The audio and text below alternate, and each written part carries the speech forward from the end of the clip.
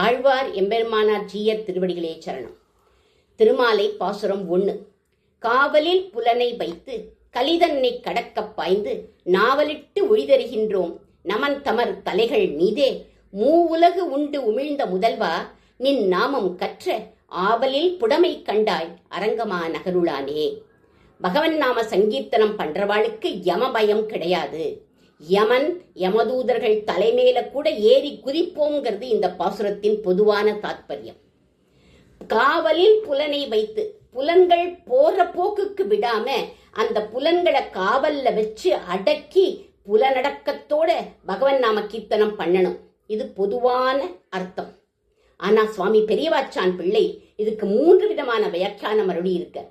காவல் இல் அப்படின்னு பிரிச்சு காவலே இல்லாம புலன்களை வைத்து அல்ப விஷயங்களை நாடி ஓடினாலும் ரங்கா ராமா கிருஷ்ணா அப்படின்னு எப்பவோ ஒரு தடவை அவன் நாமாவை சொன்னாலும் சம்சாரம்ங்கிற பிறவிப்பிணி நீங்கும்.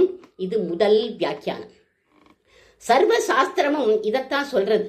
என் ஆச்சாரியன் திருவடிகளே கதின்னு அவர் பேர்ல பழிய போட்டுட்டு நம்ம எப்படி வேணாலும் இருக்கலாம்னு வியாக்கியானம் அருளி இருக்கா இந்த முதல் வியாக்கியானத்துக்கு. மகா வைராக்கிய ஞான நிதியா இருக்கக்கூடிய நஞ்சியர் பராசர பட்டரால் ஆட்கொள்ளப்பட்டவர். அவர் தங்கிட்ட இருக்கிற எல்லா சொத்தையும் பிரிச்சு கொடுத்துட்டு சந்நியாசம் வாங்கிட்டு பராசர பட்டருடைய ஸ்ரீரங்கத்துல இருந்துடலாம்னு வர வழியில ராமானுஜோட சிஷ்யர் அனந்தாழ்வான் இவரை பார்த்துட்டு, ஏன் இந்த சந்நியாசி வேஷம்? வியர்த்த போது குளித்து பசித்த போது புசித்து பட்டர் திருவடியே தஞ்சம்னு இருந்தா பரம்போதத்திலேருந்து தள்ளிடுவானா என்ன அப்படின்னு. எப்படி வேணாலும் இரு, ஒன்னே ஒண்ணு, உக்காண்டாலும் நின்னாலும் ராமானுஜா ராமானுஜான்னு சொல்லு, பெருமாள் திருநாமமே வேண்டாம் அப்படிங்கிறார் அவர். 2வது வியாக்கியானம், பகவன் நாம கீர்த்தனம் பண்ண பண்ண இம்ப்ரூவ்மெண்ட் வந்து புந்தியில் புகுந்து திருத்தி ஆட்கொள்வான், இந்திரியங்கள் தானே அடங்கிடும், சுத்தாத்மாவாக ஆயிடுவான். 3வது வியாக்கியானம், புலன்களோட வேகங்கள் பூரா எம்பெருமான் இடத்துல ஈடுபட்டு அந்த புலன்களுக்கு காவல் அந்த பெருமாள்.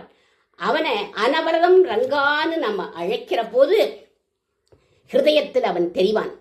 அவனை காவலனா வச்சுட்டார் ஆழ்வார். ஆண்டாள் திருவடிகளே சரணம்.